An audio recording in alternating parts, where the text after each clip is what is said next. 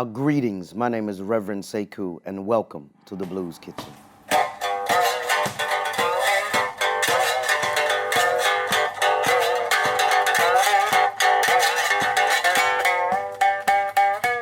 Reverend Sekou is an author, filmmaker and singer raised in the rural delta of Arkansas.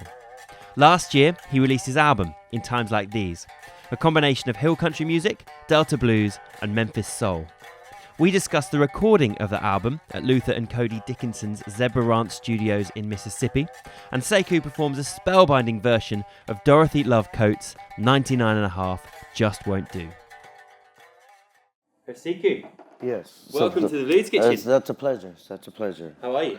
I am great. It's good always to be in London. So we saw you play the other night at the AMAs. Yes. It was quite a spiritual experience. It's very much like going to a gospel show or something like that. It was amazing. So congratulations on your show. Have you had a good time playing in the AMAs? Yeah, it was really great. Sister Stevie and Sister Rachel over at the Americana Music Association for the UK were very kind and generous to us. And it was just a wonderful experience to be in that community of musicians. And how's the audience? Is the audience really reacting to you when You know, it is interesting.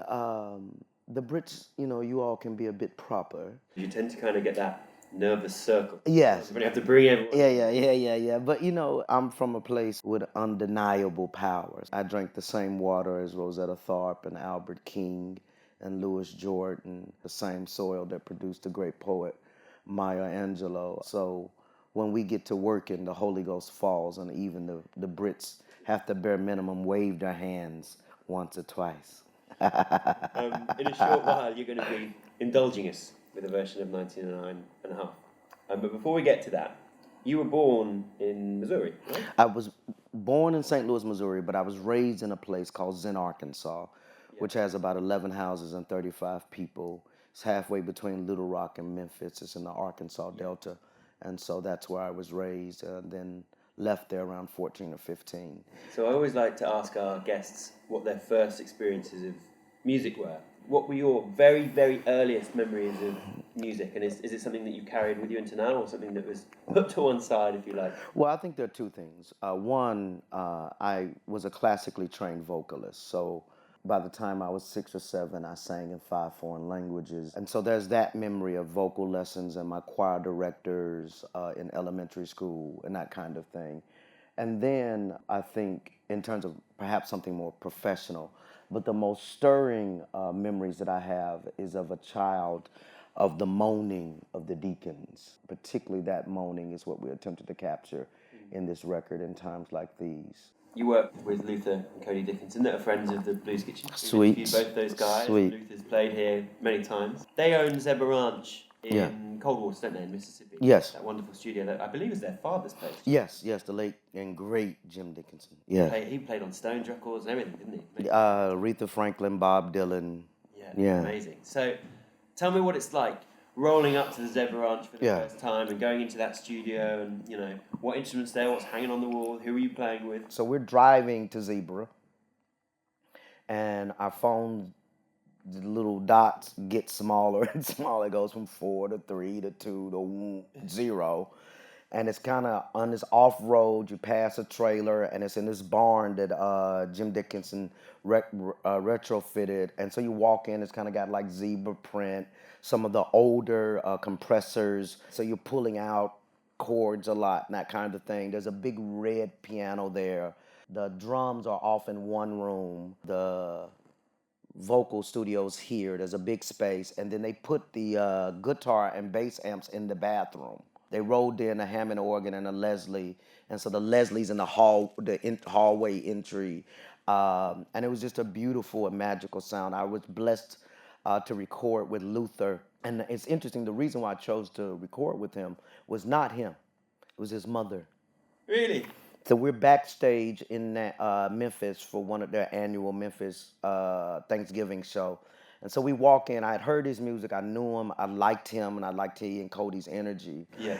And then their mother was backstage, and she was talking to a dear friend, Pastor Corla Masters, and they were talking about teaching Bible study. And she says, teaching Bible study is the most exciting thing I've ever done. And I toured with the Rolling Stones. I said, you know something? I'm recording my record with your boys because I like you.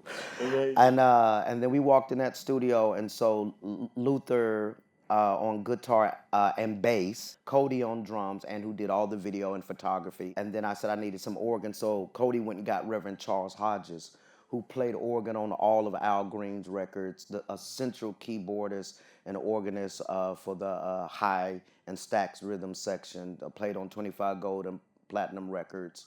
And so it was just a beautiful, beautiful session. How long were you there for? We recorded the rhythm section and back vocals in 3 days, and then overdubbed horns and background vocals in 2 days, and then mixed the record probably in 4 days. So it took us probably a total of 2 weeks to do the record. So let's maybe talk a bit about your session. I'm really interested to know why you've picked 99.5. Now, I'm going to have to be really honest here. When I hear, and that email came across saying I'm going to do 99.5, I thought about Wilson Pickett. Mm-hmm. Now, explain your version, and if there's any relation at all to Wilson Pickett, because I thought he was writing the original song. Mm. So I'm putting my cards on the table, being honest with you there. I thought 99.5 was a Wilson Pickett tune. Well, no, it's actually an old hymn. I am actually slipping on who wrote it. I grew up singing the song. I didn't know who wrote it, growing up. And the way we recorded that, it was about midnight. And this is at Zebra Ranch. At Zebra Ranch. Yeah, it's right. So it's midnight, right? And, with those tubing systems, you're moving chords a lot. Mm-hmm. Me being who I am, I was like, this is costing me money. And so I looked over to Kevin. I said, Kevin, am I hot? He was like, yeah. I said, can you record while you're working? He was like, yeah.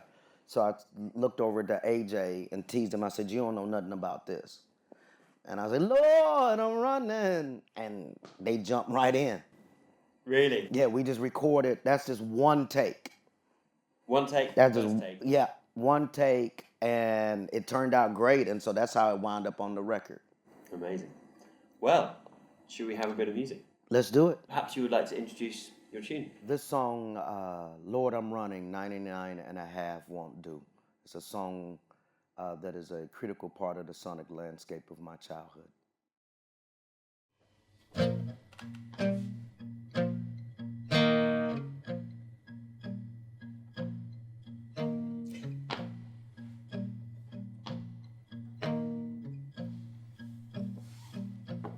Lord, I'm running, trying to make 100. Lord, I'm running, trying to make 100. Lord, I'm running, trying to make 100. 'Cause 99.5 won't do. 99.5 won't do.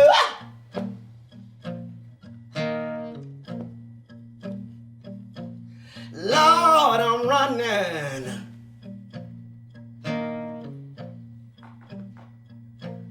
Lord, I'm running. Oh, Lord, I'm running,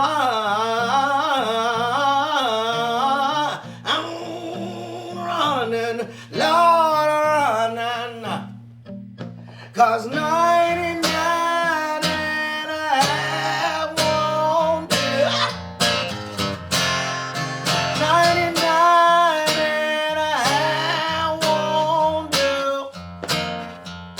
Hey, 99.5, 99.5, 99.5 won't do.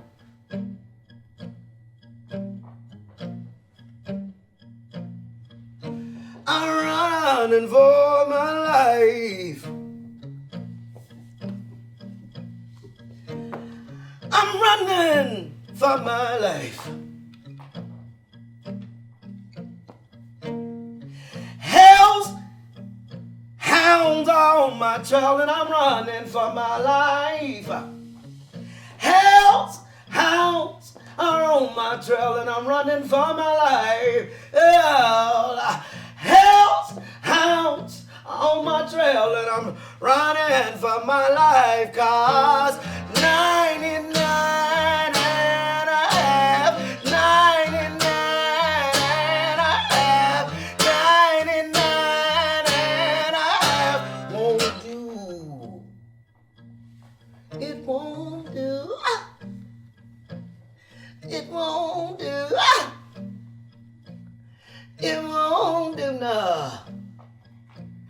'Cause 99